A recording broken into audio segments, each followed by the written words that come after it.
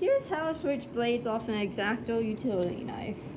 So we're going to push up over here and pull.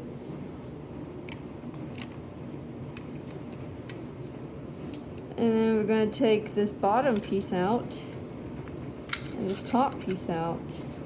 And here's the old blade.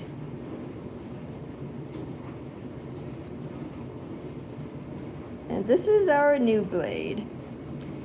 So we're going to add this small piece first, all the way. And then we're going to add the blade and this piece.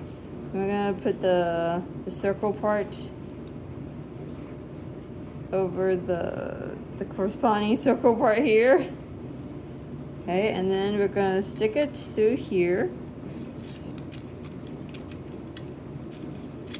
And push until you hear a click. And now we can just put this case on. And ta-da!